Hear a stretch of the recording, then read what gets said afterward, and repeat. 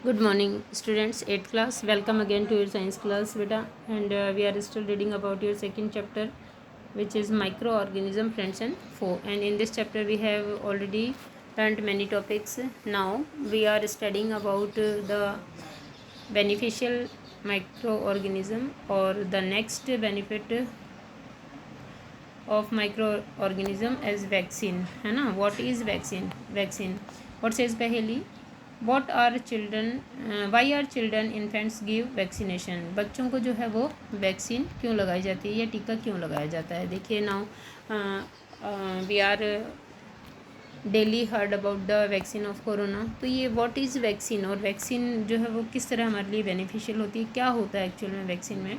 When a disease carrying microbe enter our body, जब disease causing microbe जो है हमारी बॉडी के अंदर एंटर हो जाते हैं, the body produce antibodies to fight the invader. ठीक है, जब कोई भी रोग कारक, हमारे रोग उत्पन्न करने वाले जो भी रोगाणु हैं वो हमारे शरीर में प्रवेश करते हैं, तो हमारी बॉडी जो है वो एक नेचुरल तरीके से एंटीबॉडीज़ बनाती है बच्चों, जो कि उस रोग से या उन रोगाणुओं से फाइट करते हैं. The body also remember how to fight the microbe if it enters again. और हमारी जो बॉडी है वो हमेशा के लिए ये भी रिमेंबर रखती है, रिकॉल रखती है कि अगर दोबारा इन फ्यूचर जो है वो यही माइक्रोब्स फिर से हमारी बॉडी में आते हैं तो किस तरह से, है ना, हाउ टू फाइट देम, किस तरह से उनसे फाइट करना है. इफ़ डेड और वीकेंड. ठीक है ना, देखिए डेड और वीक्ड, अगर ये बेसिस ऑफ ए वैक्सीन है, ये यहाँ से नोट करना कि इफ़ डेड और weakened microbes are introduce into ए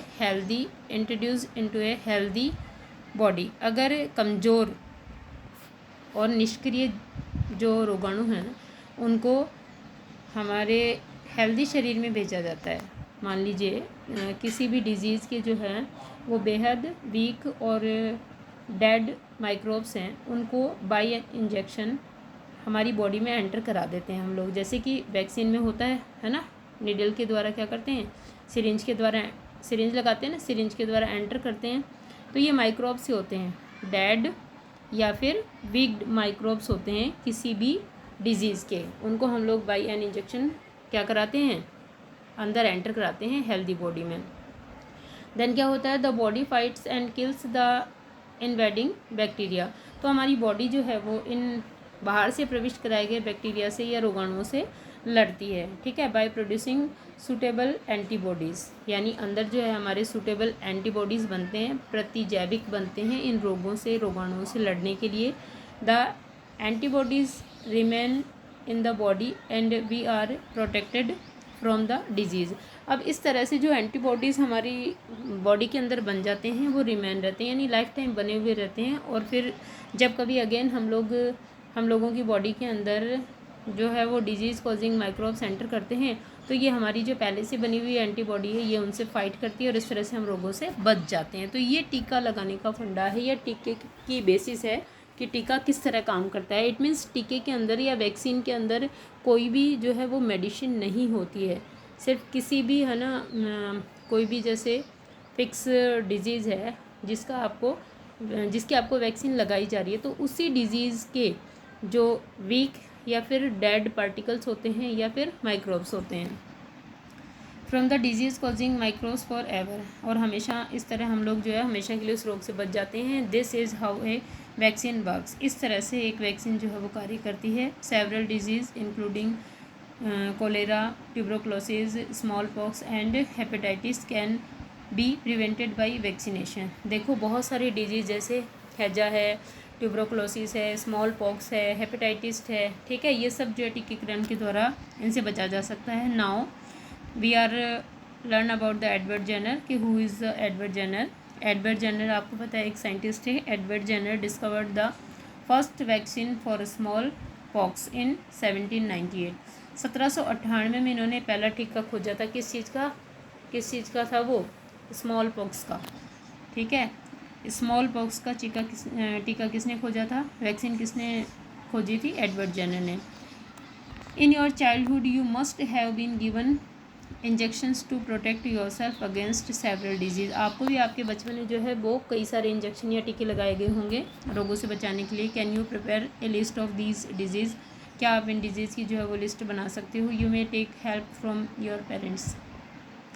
आप इसके लिए जो है वो अपने पेरेंट्स से हेल्प भी ले सकते हो। It is essential to protect all children against this disease. ये ज़रूरी है सभी बच्चों को रोगों से बचाने के लिए। Necessary vaccines are available in the nearby hospital. देखो जितनी भी ज़रूरी वैक्सीन्स हैं वो आपके पास के हॉस्पिटल में अवेलेबल होती हैं। You might have seen the advertisement to TV and newspapers regarding protecting of childrens against polio. आपने टीवी या न्यूज़ चैनल में जो है वो बच्चों को पोलियो से बचाने के लिए जो अभियान चलाया जा रहा है उसके बारे में सुना होगा। अंडर द पल्स पोलियो, जिसका नाम क्या है, pulse polio programme. Polio drops given to childrens are actually a vaccine. जो पोलियो ड्रॉप्स जो है चिल्ड्रंस को दी जाती है वो भी एक्चुअल में क्या है, एक वैक्सीन है। A world wide campaign against small pox has finally led to its eradication from most parts of the world. देखिए विश्व के बहुत से भागों में या लगभग भागों में जो है वो चिकन पॉक्स से मुक्ति के लिए एक बड़ा अभियान चलाया गया था। These days vaccines are made on a large scale from microorganism. आजकल जो है वैक्सीन वो बड़े स्तर के ऊपर जो है वो माइक्रोब से बनाई जा रही है। To protect humans and other animals for several disease. किसको, मनुष्य और अन्य जानवरों को बहुत सारी बीमारियों से बचाने के लिए। तो हुए ना बेनिफिशियल माइक्रोब्स हो गए ये, जिनका उपयोग जो है वो वैक्सीन बनाने में किया जा रहा है। Now increasing soil fertility. We have already learned about the increasing soil fertility by the bacteria rhizobium.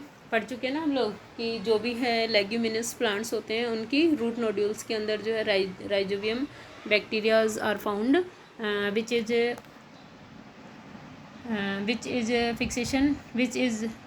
do the fixation of atmospheric nitrogen.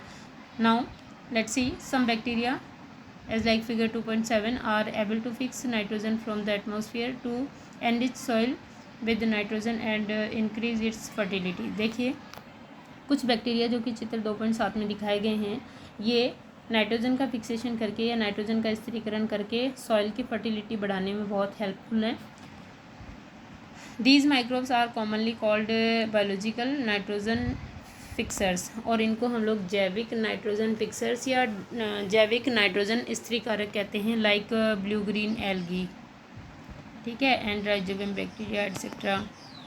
Now cleaning the environment. किस तरह से बैक्टीरिया जो है वो हेल्पफुल है एनवायरनमेंट को क्लीन करने के लिए। Boojho and Paheli had observe that school gardener making manure. Boojho और पहेली ने देखा कि किस तरह से स्कूल गार्डनर जो था वो माली जो था वो किस तरह खाद तैयार करता है। अलोंग विद देयर फ्रेंड्स, अपने फ्रेंड्स के साथ, they collected waste of plants vegetables and fruits. उन्होंने प्लांट्स का, वेजिटेबल्स का और फ्रूट्स का जो वेस्ट था वो इकट्ठा किया फ्रॉम नियर बाई हाउसेज, आसपास के घरों से, एंड गार्डन और बगीचे से। They put them in a pit meant for waste disposable, ठीक है, इन्होंने एक खड्डा खोदा और उसके अंदर इन सब चीज़ों को डाल दी।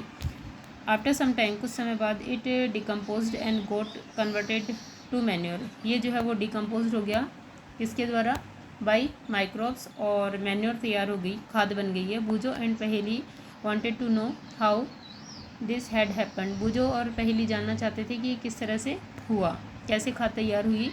Released in the process can be used by the plant again. Did you notice that in pot B?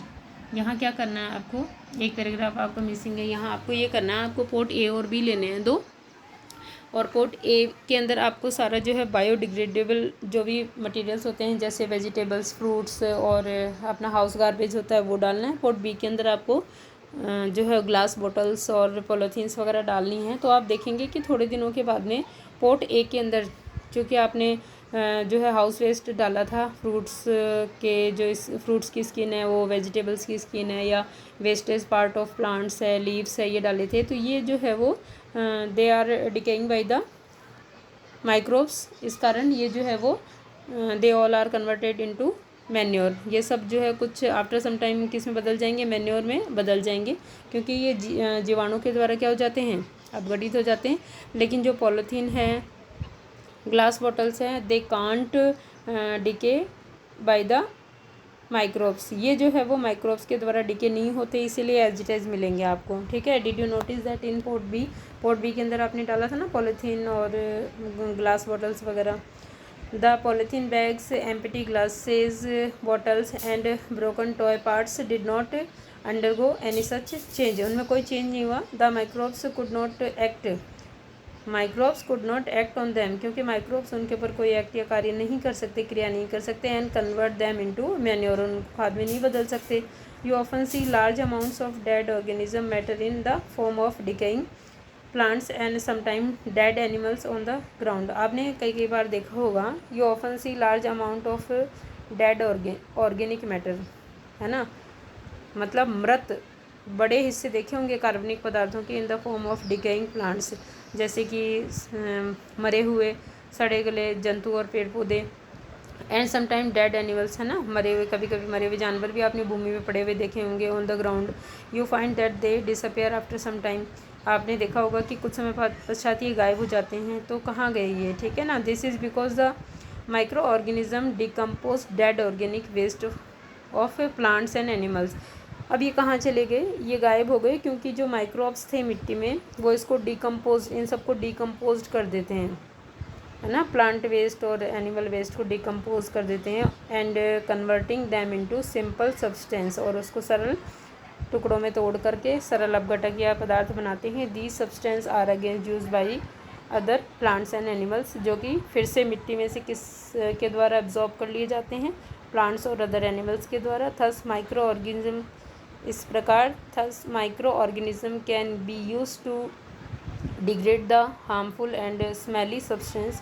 इस तरह से देखो बदबूदार और ये जो हार्मफुल सब्सटेंस हैं, माइक्रो ऑर्गेनिज्म इनको क्या कर देते हैं, डिकम्पोज कर देते हैं। And thereby clean up the environment, और इस तरह से क्या हो जाता है, एनवायरनमेंट की सफाई भी हो जाती है। एंड मैन्योर ऑल्सो प्रिपेयर्ड, और खाद भी बन जाती है। So students, you will do from here the beneficial uses of microorganism like cleaning the environment, vaccine and increasing soil fertility also.